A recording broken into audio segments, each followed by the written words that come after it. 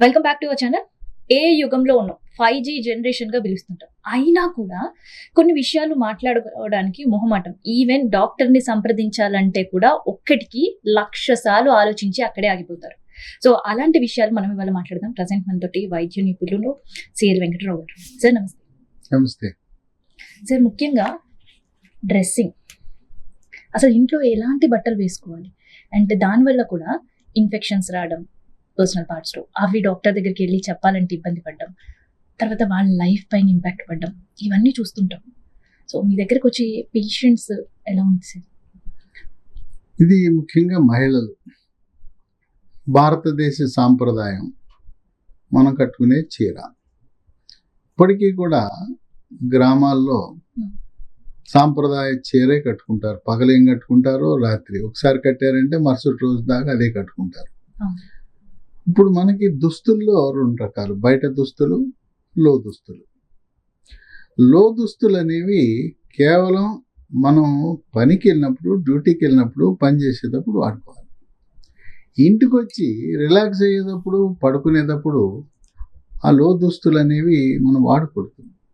లో దుస్తులు అంటే మహిళలకి బ్రా, అండర్వేర్. ఈ అండర్వేర్ అనేది ఆ గ్రామాల్లో పూర్వకాలపు మహిళలు వాడరు. తర్వాత ఈ నేటి తరం దాదాపు ప్రస్తుతం ఉన్న యువత, మధ్య వయసు వాళ్ళందరూ కూడా అండర్వేర్ వాడటం అలవాటు. ఇక బ్రా కూడా పూర్వకాలం వాళ్ళు ఏదో లోపల వేసుకునేవారు, కానీ బ్రా కాకుండా ఏదో లోపల కుట్టించుకుని వేసుకునేవారు. ఇప్పుడు నేటి తరం అందరూ బ్రా వాడతారు, రకరకాల బ్రాలు వాడతారు.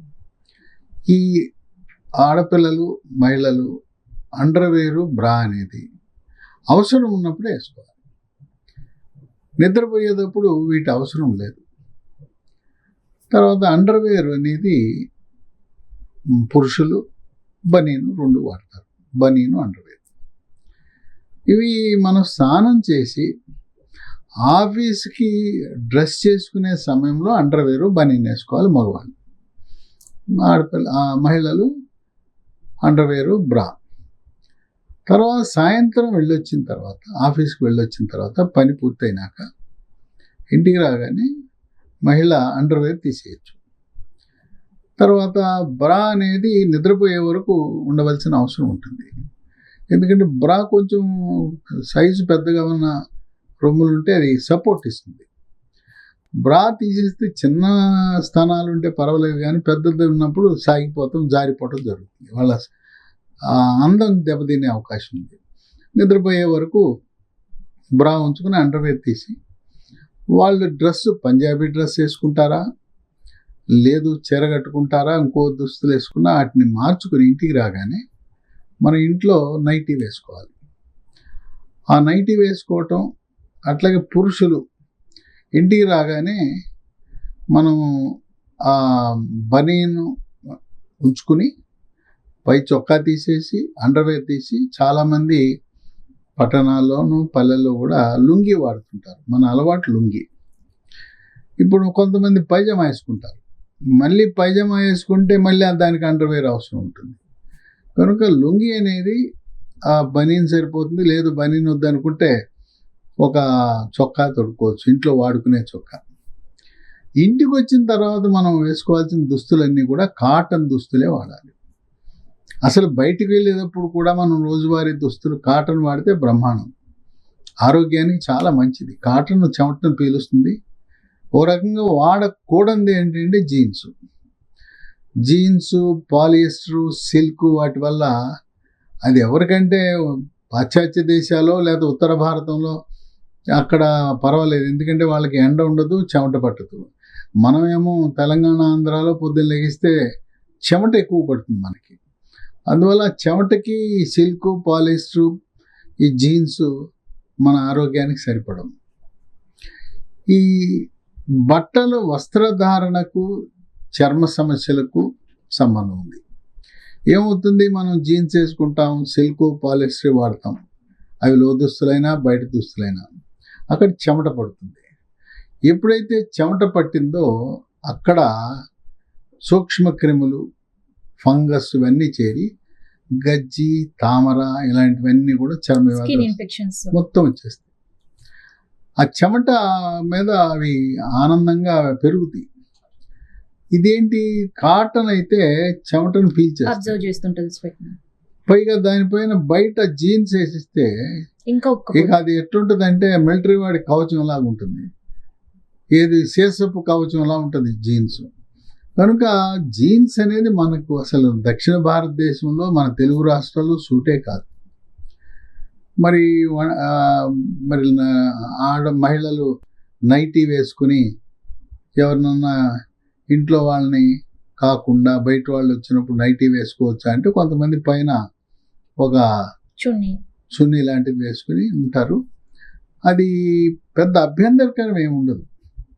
నైటీలు కూడా కాటన్తో చేసిన నైటీలు చాలా ఆరోగ్యకరం.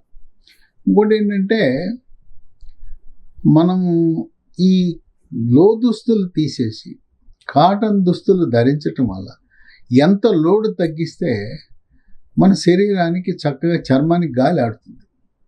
ఎప్పుడైతే గాలి ఆడిందో ఈ చర్మ వ్యాధులు రాకుండా ఉంటుంది, చర్మ సౌందర్యాన్ని కాపాడిన వాళ్ళు ఉంటాం. ఇంకోటి ఏంటంటే ఎప్పుడైతే చెమట పట్టిందో వాసన, చెమటతో పాటు చర్మ వ్యాధులు, చెమటతో పాటు చెడు వాసన. ఈ విధంగా మనం దుస్తుల విషయంలో పురుషులు స్త్రీలు కూడా ఆరోగ్యపరంగా ఆలోచించి వేసుకోవాలి.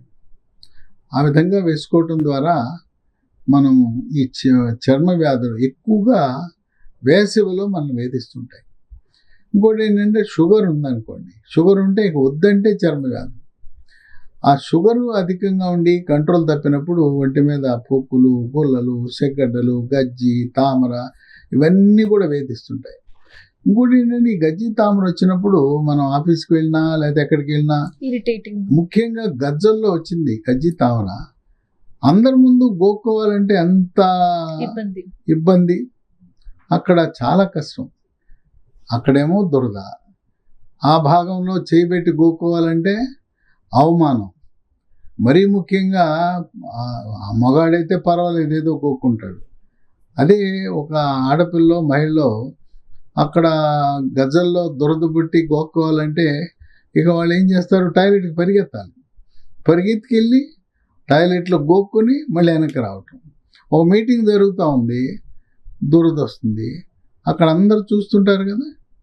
కనుక ఇటువంటి అవమానానికి గురి అవ్వకుండా, ఆత్మన్యూన్యతకు గురి కాకుండా ముందు జాగ్రత్తగా మనం తీసుకోవాల్సిన అవసరం ఉంది. అయితే ఇంకొకటి ఏంటంటే మనం సబ్బులు కూడా వాడే సబ్బులు ఏది పడితే అది కాకుండా మనం సబ్బులు కూడా కరెక్ట్ సబ్బుని ఎంపిక చేసుకుని వాడటం. మార్కెట్లో ఉన్నాయి కదా అని నెలకు ఒక సబ్బు వాడటం మంచిది కాదు. ఒక సబ్బు మన శరీరానికి ఏదైతే బాగా సూట్ అయిందో ఆ సబ్బునే కొనసాగించడం అనేది ఒక మంచి అలవాటు. వచ్చిన కొత్త సబ్బుల్లా మనం ప్రయోగం చేయకుండా మన శరీరం దేన్నైతే యాక్సెప్ట్ చేస్తుందో దాని బాగుంటుందో అలాంటివి వాడాలి. సీజనల్గా వర్షాకాలం దాటి శీతాకాలం వచ్చినప్పుడు చర్మం పొడిగైపోతుంది. వేసవి కాలంలోనేమో చెమట, శీతాకాలంలోనూ చర్మం పొడైపోయి అప్పుడు పొడి అవటం వల్ల దురద. కనుక అప్పుడు కొంచెం గ్లిజరిన్ ఉండే సబ్బులు ఉంటాయి, గ్లిజరిన్ లోపం ఉండి లేదు కొంచెం కొబ్బరి నూనె తగిలిస్తే కొబ్బరి నూనె రాసుకుంటే ఆ చర్మం పొడిగా వండుకొని ఉంటుంది. ఈ విధంగా మనం దుస్తుల విషయంలో పిల్లలు, పెద్దవాళ్ళు, యువత, మహిళలు, అందరూ కూడా, వృద్ధులు కూడా మారుతున్న కాలానుగుణంగా తరాలు మారినా నేను అప్పుడులాగానే ఉంటానని చెప్పి ఇంట్లో వాళ్ళు ఇటువంటి అనారోగ్యాలను తెచ్చిపెట్టుకోకూడదు. ఇంకోటి ఏంటంటే గజ్జి, తామర వచ్చిందంటే ఒకరి నుంచి ఒకరికి అంటేస్తుంది. బట్టల ద్వారా, లేదా దుప్పట్ల ద్వారా, చేతి రుమాల ద్వారా, మన టవళ్ళ ద్వారా, లేదు ఒకరి సబ్బు ఇంకోరు వాడితే ఆ సబ్బు ద్వారా. అందువల్ల ఇంట్లో ఉన్న ముసలమ్మ నేను మారను ఇవి అని అంటే వాళ్ళ ద్వారా వాళ్ళ మా పిల్లలకి, మనవాళ్ళకి, మనవరాళ్ళకు కూడా ఈ చర్మ వ్యాధులు అంటించే అవకాశం ఉంది. కనుక మనం తప్పనిసరిగా ఆరోగ్యకరమైన వస్త్రాలు ధరించవలసిన బాధ్యత ప్రతి ఒక్కరిపై ఉంది.